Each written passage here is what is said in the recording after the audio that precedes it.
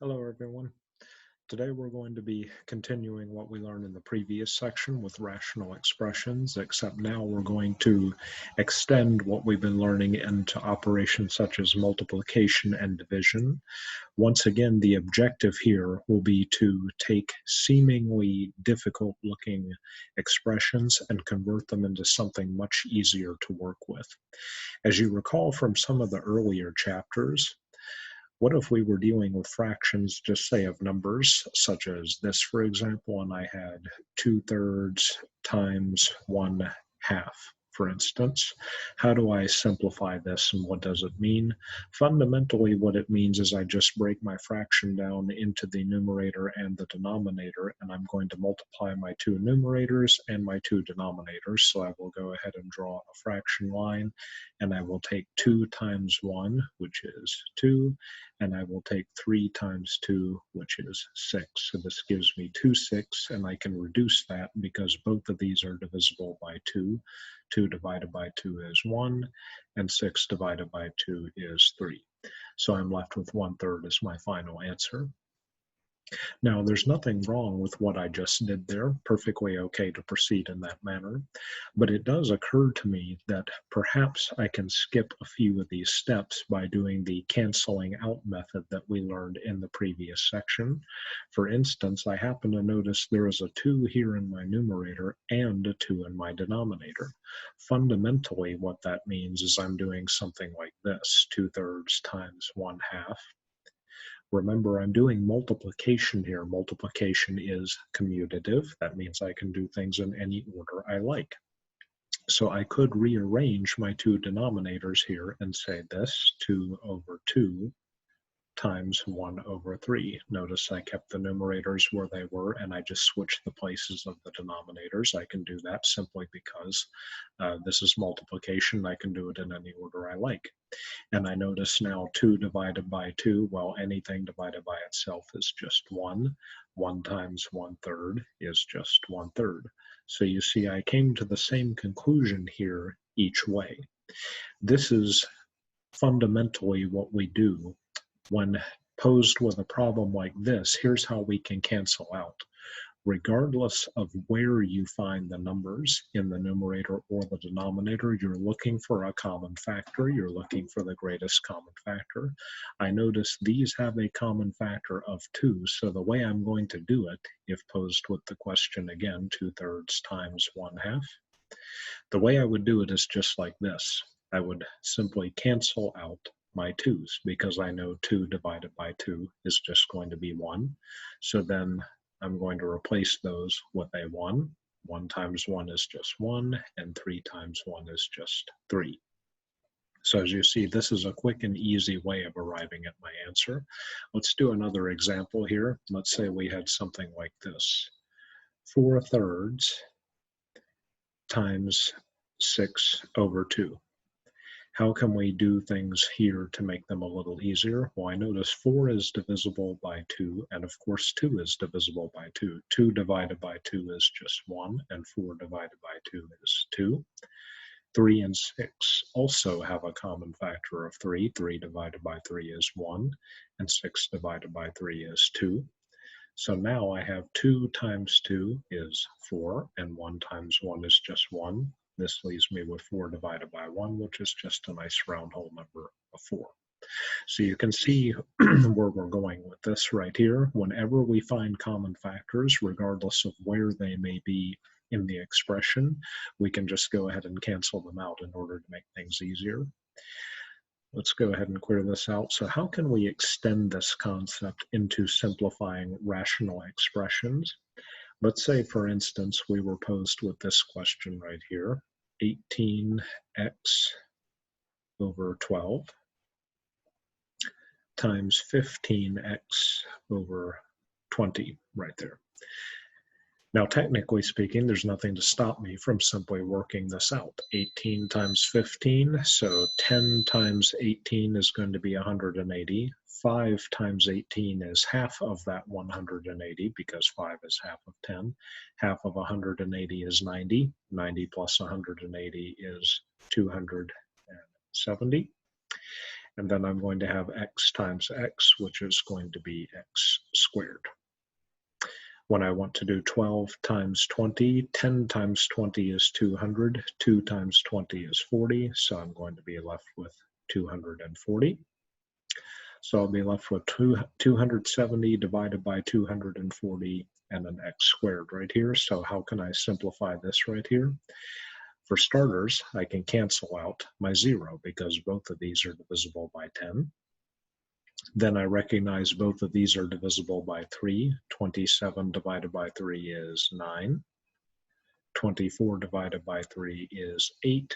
And then lastly, I have my x squared right here.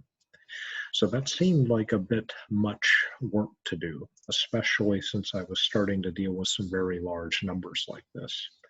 So let's start over again and see what else we could do that might make this a little easier to work with. Keep in mind, however, there's nothing wrong with working it the way we did. There's nothing incorrect about it. It's perfectly correct, but it may or may not be the easiest way of doing things. And that's what, remember, we've discovered so many times, that there's many ways to work the problem, but some are easier than others. So let's take a look at how I might simplify this a little bit. One way I notice is that both of these numbers right here are divisible by 6. So if I cross these out, 12 divided by 6 is 2, 18 divided by 6 is 3, and both of these are divisible by 5, excuse me. 15 divided by 5 is 3, 20 divided by 5 is 4. So now I have 3 times 3, and notice right off the bat, this is why this method is beneficial, to go ahead and cancel out. It's much easier to just multiply 3 times 3 than it is to try to multiply 18 times 15, even when we know some simple methods of doing so. It's always best to keep the problem as simple as we can possibly make it. So 3 times 3 would be 9, x times x is x squared, and lastly, 2 times 4 is 8. So you see, we came to the same conclusion either way. One way we ended up with some very large and tedious numbers to work with, the other way we did not. Let's take this to a bit of a different level now, and what if we were to attempt to apply this towards some larger problems and expressions? Let's say, for instance, we have this question, x squared minus 2x minus 15 divided by 4x squared plus 8x, and we wanted to divide this by x plus 3 over 4x minus 20. Okay, so right off the bat, this question right here, what are we being asked to do? That's the first step. We need to first figure out what it is we're being asked to do, and we're being asked to simplify, not solve yet. We're not solving an equation. In the future, we might be given an expression like this and have to solve an equation with it, which is why it's so important for us to know how to simplify this. First, we're being asked to simplify this by taking this something and dividing it by something else. Now we have fractions here. Remember the rule of dividing fractions. When dividing fractions, don't ask why, just flip the second and multiply. So what are we going to do here? We're going to have x squared minus 2x minus 15 over 4x squared plus 8x. And that is the same as multiplying times 4x minus 20 divided by x plus 3. So how am I going to go about simplifying this? Well, when we were dealing with the example of numbers, we found the common factors and canceled them out. I can't see off the bat any common factors here. There's nothing common to any of these.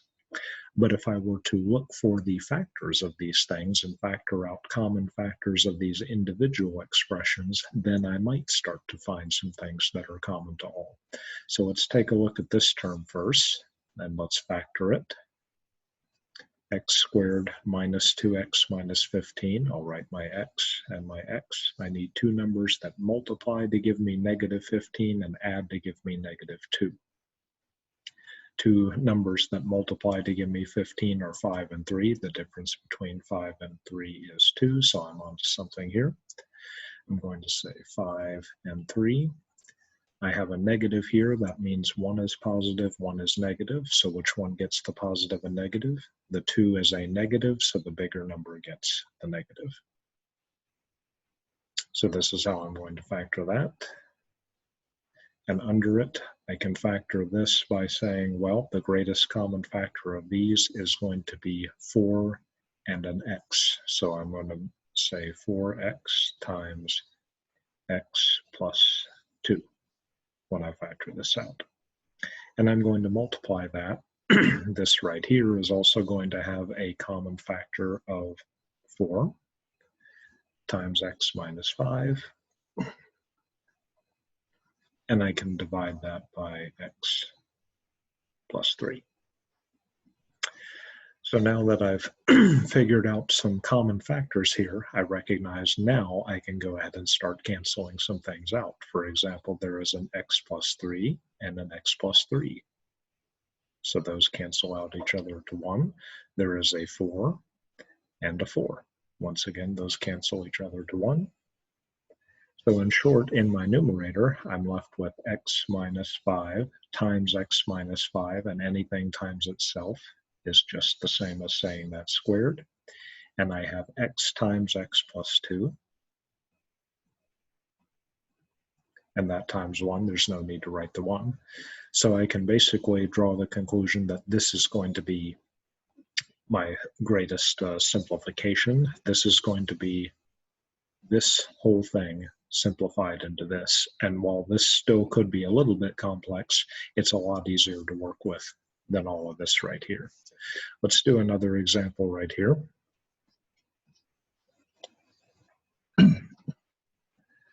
Let's take a look at this example right here where we have 4x squared minus 1 over x squared, cubed minus 16x times x squared plus 4x over 2x minus 1. So how are we going to go about simplifying this? Again, we need to start looking for common factors right here. This, for instance, has an obvious common factor right here, specifically the x. So I can say x squared minus 16. Here I have 4x minus 1. Not a whole lot of ways I can easily go about doing that. So I'll write 4x squared plus 1.